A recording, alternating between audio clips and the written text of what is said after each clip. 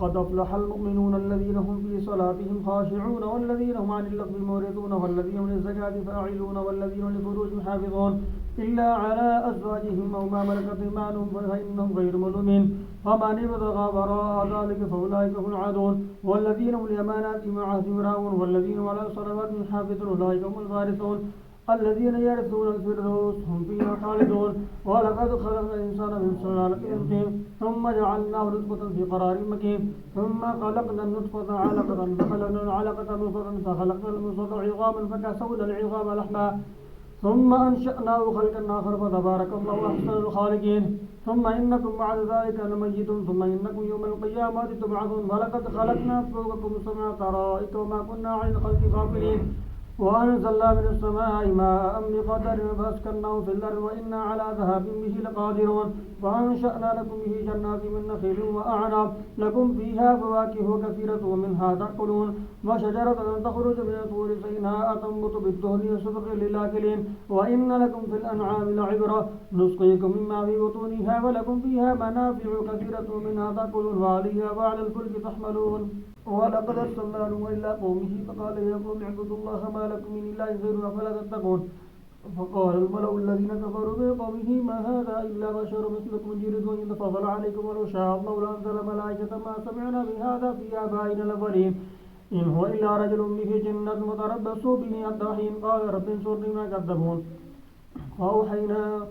قال رب انصرني ما كذبون فأوحينا إليه أن اصنع الفلك بأعيننا ووحينا فإذا جاء أمرنا فارت النور فاسلك فيها من كل زوجين اثنين وهلك إلا من سبق عليه القول منهم ولا تخاطبني في الذين ظلموا إنهم مغرقون فإذا استويت أنت ومن معك على الفلك فقل الحمد لله الذي نجانا من القوم الظالمين وقل رب أنزل منزلا مباركا وأنت خير المنزلين في ذلك الآيات وإن كنا لمبتلين ثم أنشأنا من بعدهم قرنا آخرين فأرسلنا فيهم رسولا منهم أن اعبدوا الله ما لكم من إله غيره أفلا تتقون وقال الملأ من قومه الذين كفروا كذبوا بلقاء الآخرة وأترفناهم في الحياة الدنيا ما هذا إلا بشر مثلكم يأكل مما تأكلون منه ويشرب مما تشربون وإلينا طاعة بشر مثلكم إنكم إذا خاسرون أيعدكم أنكم إذا متم وكنتم ترابا عظاما أنكم مخرجون هيهات لما توعدون إن هي إلا حياتنا الدنيا نموت ونحيا وما نحن بمبعوثين إن هو إلا رجل افترى على الله كذبا وما نحن له بمؤمنين قال رب انصرني بما كذبون قال عما قليل ليصبحن نادمين فأخذهم الصيحة بالحق فجعلناه غثاء فبعدا للقوم الظالمين ثم أنشأنا من بعدهم قرونا آخرين ثم أرسلنا رسولنا تترى كلما جاء أمة رسولها كذبوه واتبعنا بعضهم بعض وجعلناهم أحاديث موعظا لقوم لا يؤمنون ثم أرسلنا موسى وأخاه هارون بآية سلطان مبين إلى فرعون وملئه واستكبروا وكانوا قوما عالين فقالوا أنؤمن لبشرين مثلنا وقومهم ولنا عابد ولكذبوهما فكانوا من المهلكين ولقد آتينا موسى الكتاب لعلهم يهتدون وجعلنا مريم وأمه آية وآبيناهما إلى ربوت ذات قرار ومعين يا أيها الرسول كلوا من الطيبات واعملوا صالحا إني بما تعملون عليم وإن هذه أمتكم أمة واحدة وأنا ربكم فاتقون فتقطعوا أمرهم بينهم زبرا كل حزب بما لديهم فرحون وذروا في غمرة متاعها يحسبون أن ما نمدهم به من مال وبنين نسارع لهم في الخيرات بل لا يشعرون إن الذين هم من خشية ربهم مشفقون والذين هم بآية ربهم يؤمنون والذين هم بربهم لا يشركون والذين يؤتون ما آتوا وقلوبهم وجلة أنهم إلى ربهم راجعون أولئك يسارعون في الخيرات وهم لها سابقون ولا نكلف نفسا إلا وسعها ولدينا كتاب ينطق بالحق وهم يسلمون بل قلوب في غمرة من هذا ولهم أعمال من دون ذلك هم لها عاملون حتى إذا أخذنا مترفيهم إلى عذاب يجعلون لا تجعلوا اليوم إنكم منا لا تنصرون قد كانت آيات تتلى عليكم فكنتم على أعقابكم تنكصون مستكبرين بالسابق تهجرون أولم يدبروا القول جاءهم ما لم يأت آباءهم الأولين ولم يعرفوا رسولهم وهم له منكرون لم يقولوا بجن بل جاءهم بالحق وأكثرهم للحق كارهون ولقد اتبع الحق أهواءهم لفسدت السماوات والأرض وما فيهن ما نتجنهم بذكرهم وهم عن ذكرهم معرضون أم تصلهم خرجا فخراج ربي خير وهو خير الرازقين وإنك لتدعوهم إلى صراط مستقيم وإن الذين لا يؤمنون بالآخرة عن الصراط لناكبون ولو رحمنا وكشفنا ما بهم من ضر للجوا في طغيانهم يعمهون ولقد أخذناهم بالعذاب ما استكانوا لربهم ما يتضرعون حتى إذا فتحنا عليهم بابا ذا عذاب شديد إذا هم فيه مبلسون وهو الذي أنشأ لكم السمع والأبصار والأفئدة قليلا ما تشكرون وهو الذي ذراكم في الأرض وإليه تحشرون وهو الذي يحيي ويميت وله اختلاف في الليل والنهار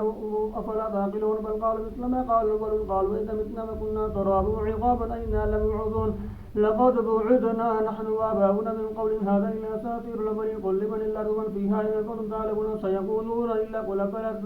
تذكرون قل من رب السماوات السبع ورب العرش العظيم سيقولون إلا قل أفلا تتقون قل من بيده ملكوت كل شيء وهو يجير ولا يجار عليه كنتم تعلمون سيقولون إلا قل فأنا تسرون بل أتيناه بالحق وإنهم لكاذبون ما اتخذ الله من ولد وما كان معه من إله إذا لذهب كل إله بما خلق ولا على بعضهم على بعض سبحانه وتعالى عما يصفون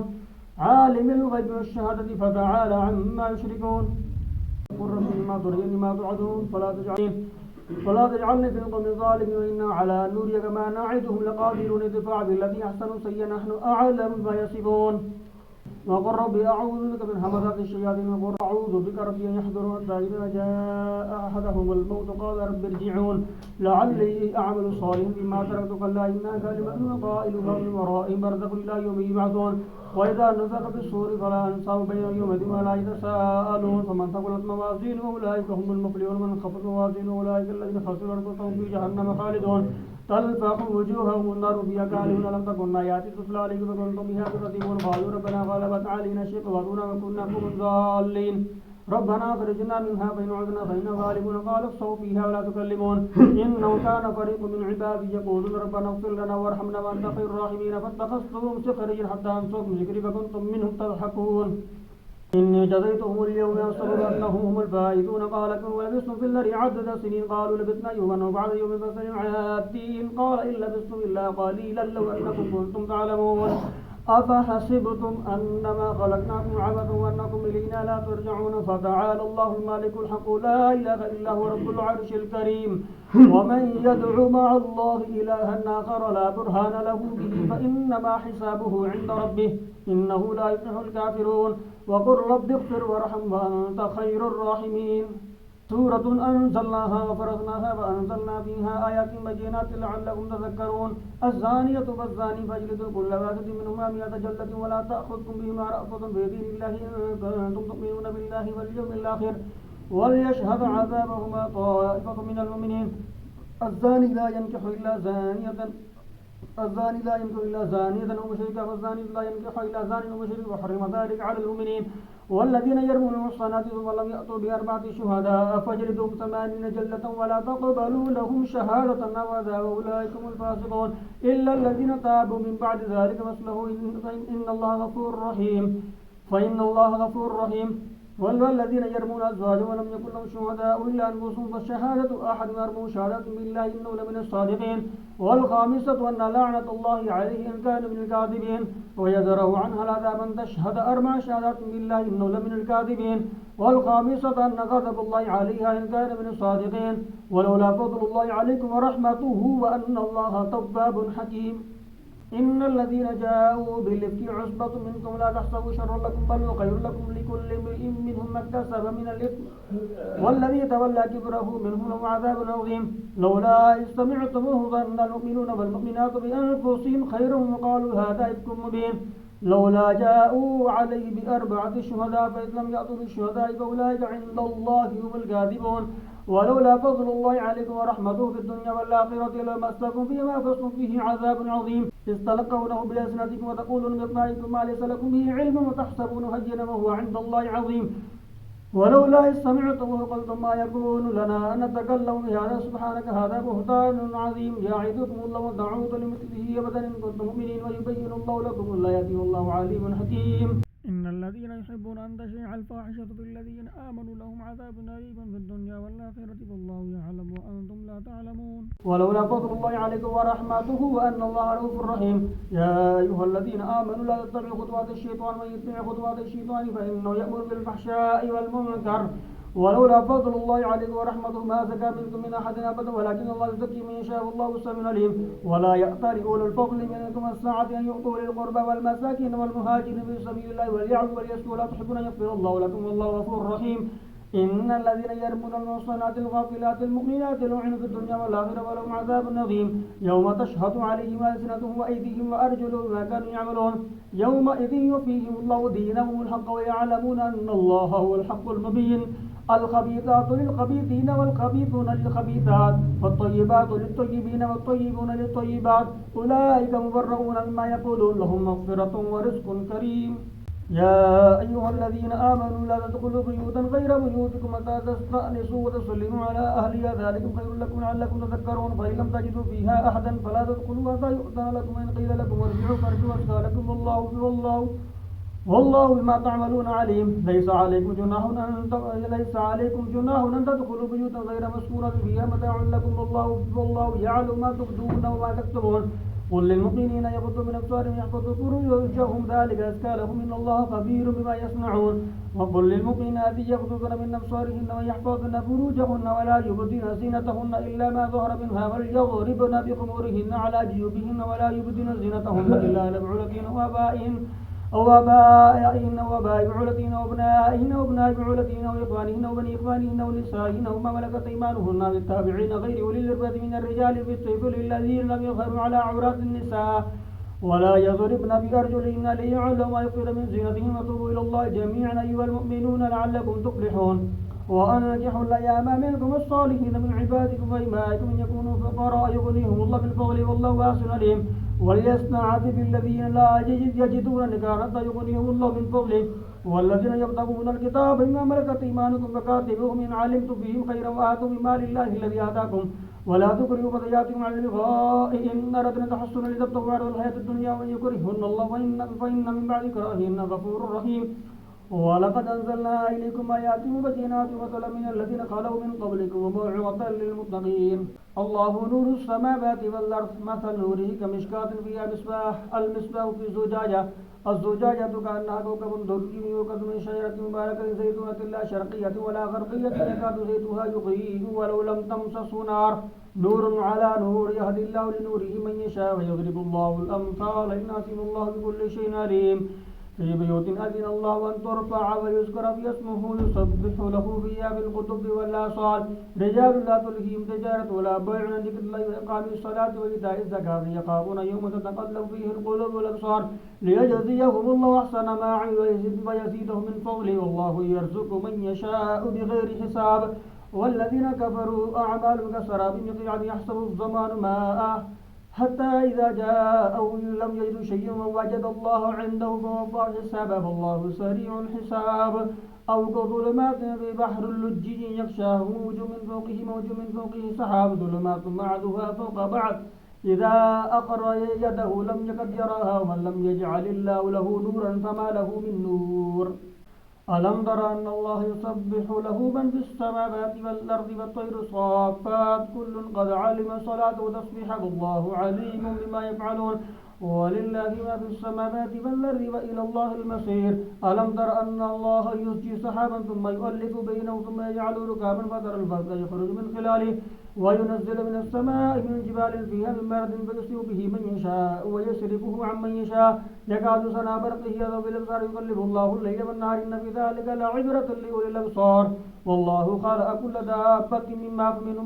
فمنهم من يمشي على بطنه ومنهم من يمشي على رجلين ومنهم من يمشي على أربع يخلق الله ما يشاء إن الله على كل شيء قدير لقد أنزلنا آيات مبينات والله يهدي من يشاء إلى صراط مستقيم ويقولون آمنا بالله والرسول فأطعنا ثم يتولى فريق منهم من بعد ذلك وما أولئك بالمؤمنين وإذا دعوا إلى الله ورسوله ليحكم بينهم إذا فريق منهم معرضون وإن يكن لهم الحق يأتوا إليه مذعنين أفي قلوبهم مرض أم ارتابوا وهم يخافون أن يحيف الله عليهم ورسوله بل أولئك هم الظالمون إنما كان قول المؤمنين إذا دعوا إلى الله ورسوله ليحكم بينهم أن يقولوا سمعنا وأطعنا أولئك هم المفلحون ومن يطع الله ورسوله ويخشى الله ويتقي فأولئك هم الفائزون وأقسموا بالله جهد إيمانهم لئن أمرتهم ليخرجون قل لا تقسموا طاعة معروفة إن الله خبير ما تعملون فأطيعوا الله وأطيعوا رسوله وإن توليتم فإنما على رسولنا البلاغ المبين وإن تولوا فإنما عليه ما حمل وعليكم ما حملتم وإن تطيعوا تهتدوا ما على الرسول إلا البلاغ المبين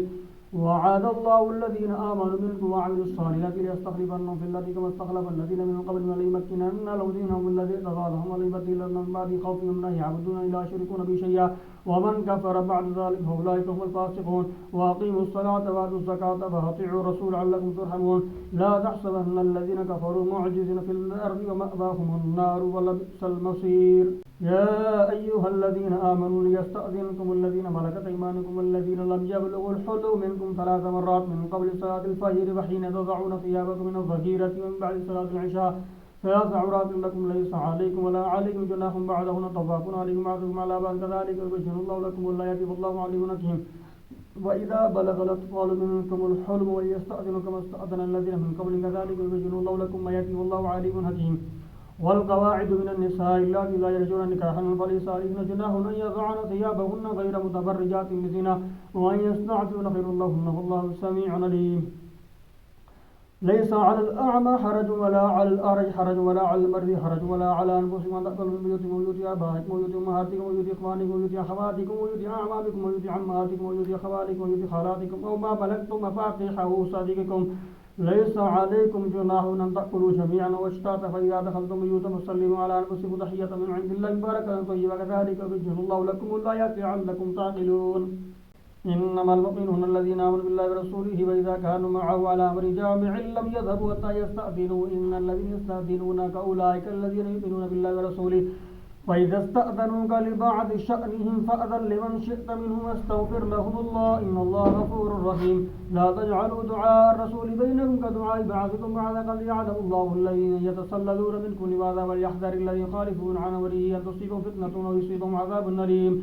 ألا إن لله ما في السماوات والأرض قد يعلم ما أنتم عليه ويوم يرجعون إليه فينبئهم بما عملوا والله بكل شيء عليم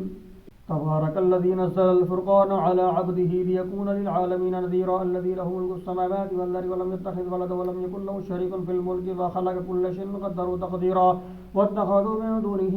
آلهة لا يخلقون شيئا وهم يخلقون ولا يملكون لأنفسهم ضرا ولا نفعا ولا يملكون موتا ولا حياة ولا نشورا وقال الذين كفروا إن هذا إلا إفك افتراه وأعانوا قوما آخرين قد جاءوا ظلما وزورا وقالوا أساطير الأولين كتبها فهي تملى عليه بكرة وأصيلا قل أنزله الذي يعلم السر في السماوات والأرض إنه كان غفورا رحيما وقالوا ما لهذا الرسول يأكل الطعام ويمشي في الأسواق لولا أنزل إليه ملك فيكون معه نذيرا أو يلقى إليه كنز وتكون له جنة يأكل منها وقال الظالمون إن تتبعون إلا رجلا مسحورا انظر كيف ضربوا لك الأمثال فضلوا ولا يستطيعون سبيلا تبارك الذي إن شاء جعل لك خير من ذلك جنات تجري من تحتها الأنهار ويجعل لك قصورا بل كذبوا بالساعة وأعتدنا لمن كذب بالساعة سعيرا إذا رأتوا من مكان بعيد سمعوا لها تغيظا وزفيرا وإذا ألقوا منها مكانا ضيقا مقرنين دعوا هنالك ثبورا لا تدعوا اليوم ثبورا واحد وادعوا ثبورا كثيرا قل أذلك خير أم جنة الخلد التي وعد المتقون كانت لهم جزاء ومصيرا لهم فيها ما يشاءون خالدين كان على ربك وعدا مسؤولا ويوم يحشر ما يعبدون من دون الله فيقول وأنتم أضللتم عبادي هؤلاء أم هم ضلوا السبيل قالوا سبحانك ما كان ينبغي لنا أن نتخذ من دونك من أولياء ولكن متعتهم وآباءهم حتى نسوا الذكر وكانوا قوما بورا فقد كذبوكم بما تقولون وما تستطيعون صرفا ولا نصرا من يظلم منكم نذقه عذابا كبيرا وما أرسلنا قبلك من المرسلين إلا إنهم ليأكلون الطعام ويمشون في الأسواق وجعلنا بعضكم لبعض فتنة تصبرون وكان ربك بصيرا